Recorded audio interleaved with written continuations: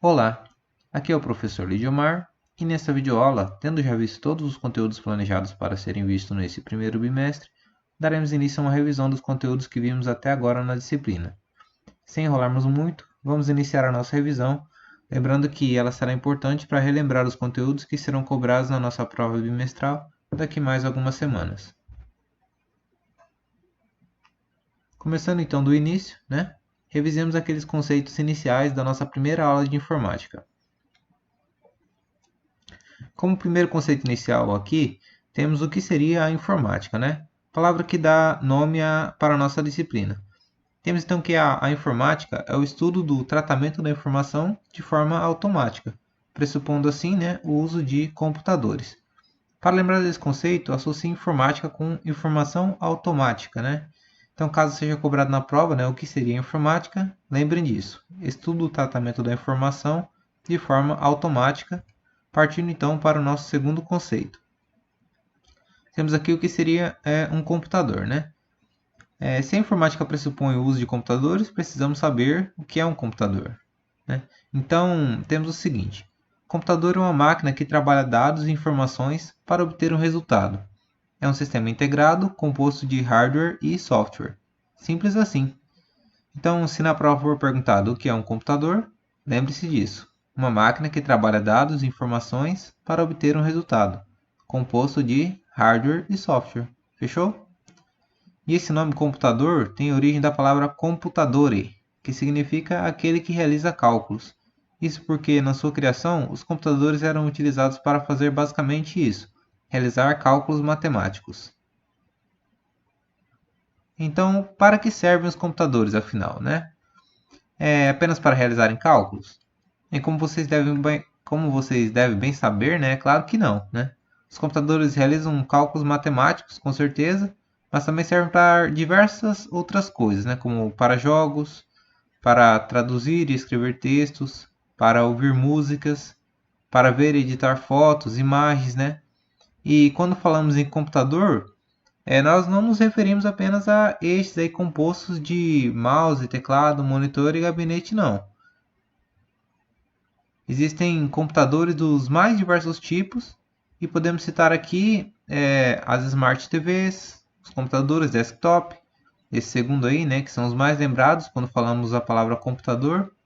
Aí temos os computadores all-in-one, os notebooks, os tablets, os celulares e smartphones, os videogames, os computadores single board, de uma placa, composto por uma única placa, os smartwatch, que são os relógios inteligentes, e os smart glasses, que são os óculos inteligentes.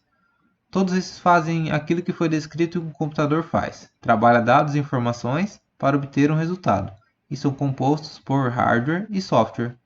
Mas afinal, o que é hardware e software? Quando falamos em hardware, estamos nos referindo à parte física dos computadores, as peças que os compõem, Tudo aquilo que conseguimos tocar em um computador. Enquanto quando falamos em software, estamos nos referindo à parte lógica dos computadores, Composta pelos programas e arquivos que apenas conseguimos ver ou ouvir, mas não conseguimos tocar, Como se fossem os nossos pensamentos, não é mesmo? Detalhando um pouco mais a parte do hardware, nós chegamos aos dispositivos periféricos de um computador, que são, como eu disse, componentes de hardware, que possibilitam que haja interação dos usuários, nós, as pessoas que utilizam os computadores, no caso, com o computador em si. Então acontece uma interação. E esses periféricos, esses dispositivos de hardware para interação com o computador, podem ser classificados em 4 tipos. Temos primeiro os periféricos de entrada, que são aqueles que enviam informações para o computador, através da nossa interação com eles. Por exemplo, o mouse, o teclado, o scanner, todos esses enviam informações para o computador.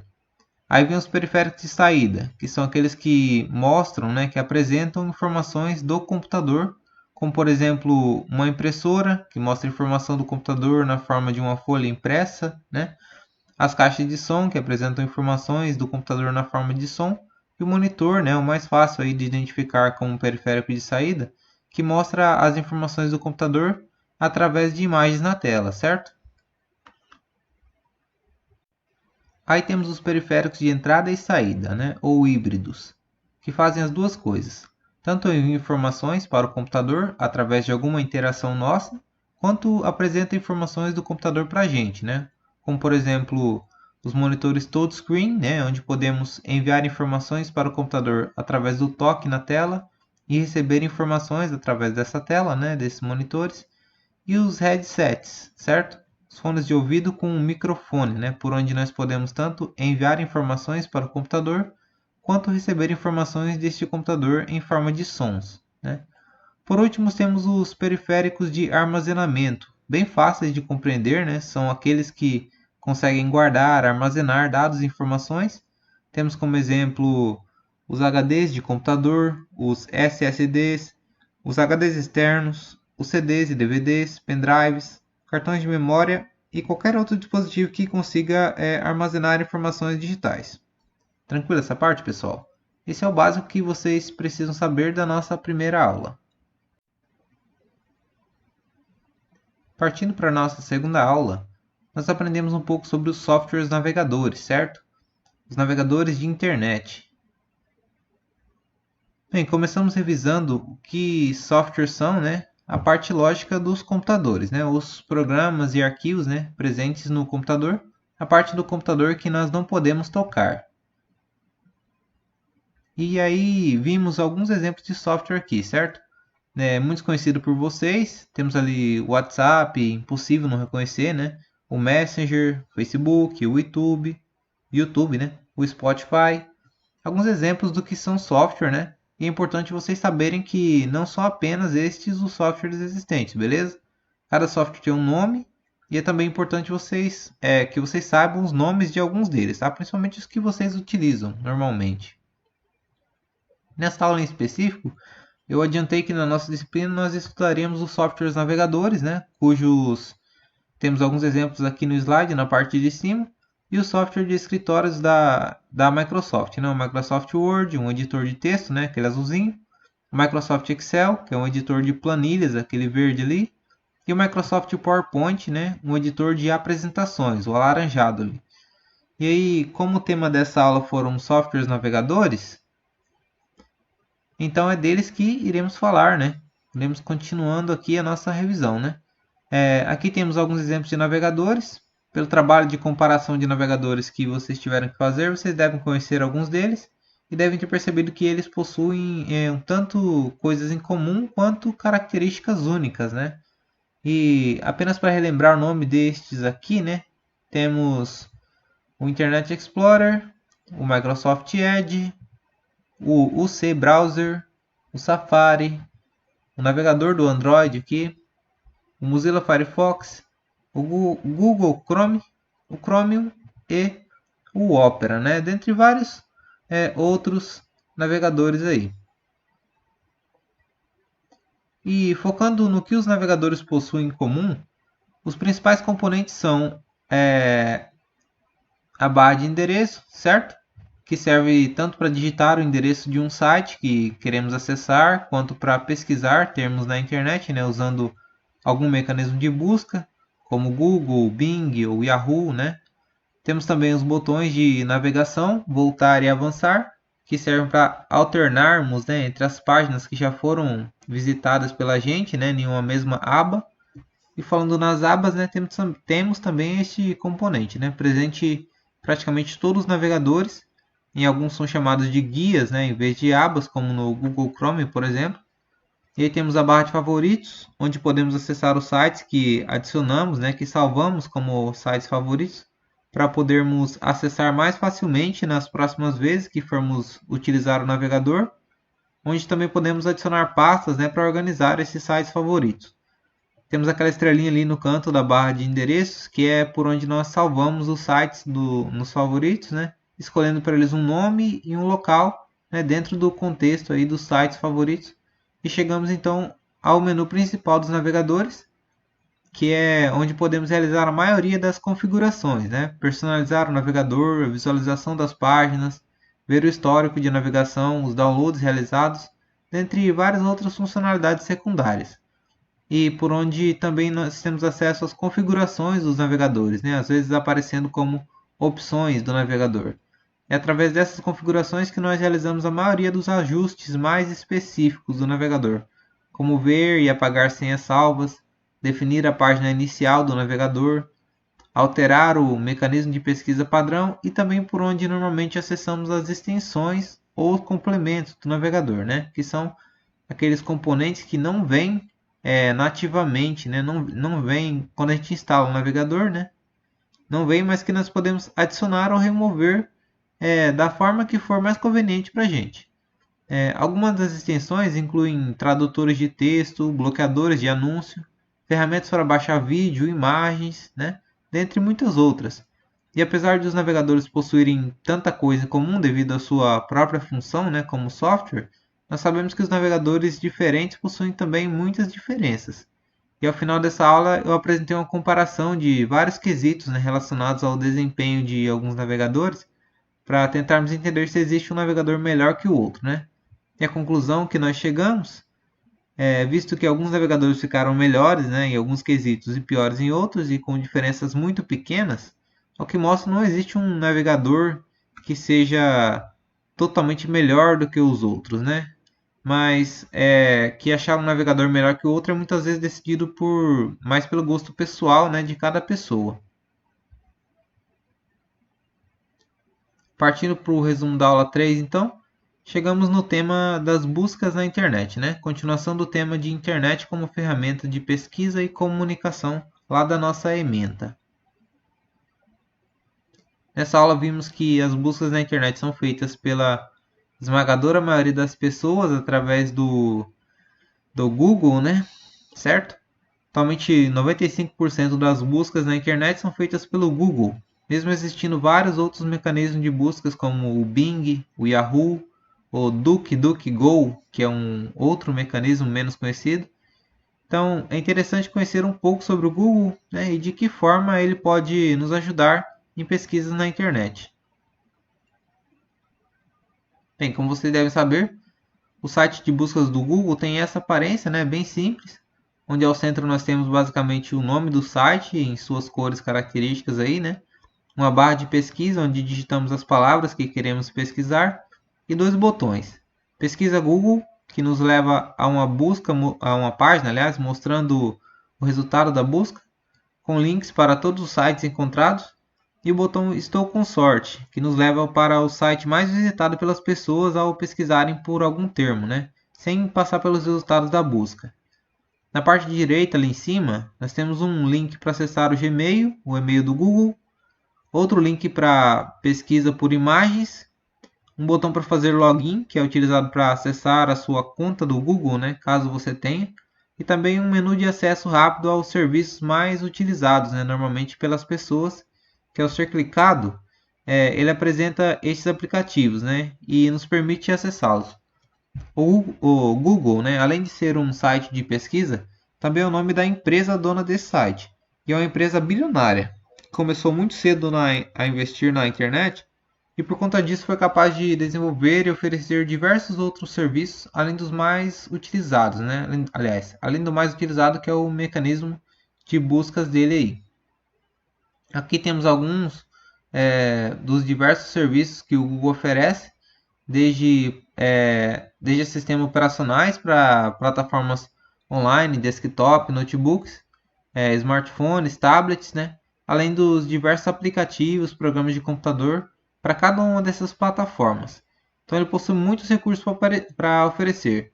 E apesar disso, nessa revisão nós vamos nos ater aos recursos de pesquisa, tá? Oferecidos pelo Google, explorando algumas dicas, né, para refinar as nossas pesquisas no Google. Como já vimos na prática lá em sala de aula, né? Como todas essas dicas funcionam, vou apenas relembrar algumas delas aqui, cada uma delas, né? Primeira dica que podemos utilizar, a primeira dica diz, né, que podemos utilizar aspas duplas para pesquisar termos exatos, né? E o que isso significa? Significa o seguinte: caso nós façamos uma pesquisa com mais de uma palavra no Google e não utilizemos as aspas, nos resultados da pesquisa as palavras pesquisadas poderão aparecer em qualquer parte do texto das páginas, né? Enquanto Com as aspas, as palavras aparecem na ordem em que foram escritas, como pode ser visto aí neste exemplo, né? Periféricos de saída, sem aspas e com aspas. Sem aspas, as palavras aparecem separadas e com aspas as palavras aparecem na sequência, né? Entendido? Temos então a segunda dica, que diz que podemos colocar um sinal de menos antes de uma palavra para remover todas as páginas que citar essa palavra. Essa dica aí já é bem autoexplicativa, né? Vejam o exemplo, o mesmo que utilizamos durante a aula. Né? Se a gente pesquisar por Cacoal Lojas, obteremos diversos resultados e muitos deles incluem a palavra shopping. Né? Caso nós não estejamos interessados em resultados relacionados ao shopping, nós podemos remover os links que tenham essa palavra dos resultados ao digitar no campo de pesquisa um sinal de menos seguido da palavra shopping, certo? Que neste caso é a palavra que nós queremos remover aí dos resultados. Né? Podemos perceber que não aparece mais nos resultados a palavra shopping. A próxima dica diz que podemos colocar a palavra OR, O-I-R maiúsculos, tá? Para combinar duas pesquisas. Ser o mesmo que realizar duas pesquisas separadas e depois juntar os resultados dessa pesquisa. Veja no exemplo. Pesquisando por Facebook or YouTube, teremos nos resultados links que contêm apenas a palavra Facebook e links que contêm apenas a palavra YouTube, mas não necessariamente as duas palavras juntas. Beleza? Então passaremos para a próxima dica. Essa dica diz que podemos utilizar um asterisco como coringa, né? Sendo que esse asterisco poderá ser substituído por qualquer palavra ou palavras, né, dentro do resultado da busca. Vejamos o exemplo aqui. Ao pesquisar por Instituto Federal asterisco Cacoal, né, entre aspas, para que as palavras sejam encontradas nessa ordem, os resultados mostram os termos Instituto Federal de Rondônia, Campus Cacoal, Instituto Federal em Cacoal, Instituto Federal Campus Cacoal e Instituto Federal de Rondônia, Cacoal. Então reparem que todos eles começam com Instituto Federal e terminam com Cacoal.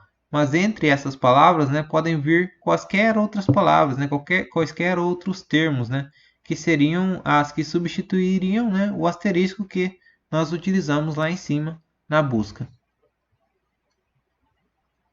A última dica para as pesquisas no próprio Google é a que podemos utilizar a palavra significado para obter a definição de uma palavra no dicionário do Google. No resultado da pesquisa será mostrado esse campo, né, onde apresenta a palavra pesquisada e o seu significado, além de outras coisas relacionadas ao significado, como se fosse buscado em um dicionário mesmo. No exemplo, tem-se o significado da palavra fidedigno, né? Também pode-se utilizar a palavra definição ou defina em vez da palavra significado, que o Google também mostrará a definição da palavra a partir do seu dicionário. Ao utilizar o Google em português, essa dica funcionará para palavras em português apenas, tudo bem? Para terminar, a última dica que não é para buscas no Google em si, mas para pesquisas escolares, recomenda-se utilizar o Google Acadêmico, né? O Google Acadêmico permite encontrar trabalhos, artigos científicos, teses, resumos e livros, inclusive com uma referência bibliográfica pré-pronta. Né? Então é interessante que nós façamos pesquisa através dele. Isso é importante porque é importante pesquisar nesse tipo de fontes ali, né? Trabalhos, artigos científicos, teses, resumos e livros, porque as informações contidas neles normalmente são informações verificadas, né, para que eles pudessem ser publicados, né? Então, sendo assim, são informações muito mais confiáveis do que aquelas encontradas na internet em geral, que podem ser fornecidas por qualquer pessoa sem qualquer tipo de verificação na maioria dos casos. Então, a Wikipédia, que é um dos sites mais visitados, né, quando desejamos ter algum conhecimento sobre determinado assunto, é um dos sites que permite que qualquer pessoa edite os textos contidos nela, né, a qualquer momento, sem que esse texto passe por uma verificação, né, imediata. Então, é arriscado utilizar ela como fonte de pesquisa, porque a qualquer momento podemos acabar nos deparando com a informação incorreta sem que saibamos, né, e isso atrapalha o nosso aprendizado. Então, a dica aqui é não utilize a Wikipédia ou outros sites no geral para pesquisas escolares. Prefira usar o Google Acadêmico ou outros sites que disponibilizarem os mesmos tipos de referências, tá? O link para acessar o Google Acadêmico é aquele ali, que está ali no slide, escolar.google.com.br. Bem, terminamos aqui então a primeira parte da nossa revisão. Eu espero que vocês tenham compreendido bem e não se esqueçam de responder o questionário lá no AVA, tá? Com questões sobre essa aula de revisão. Muito obrigado e até a próxima.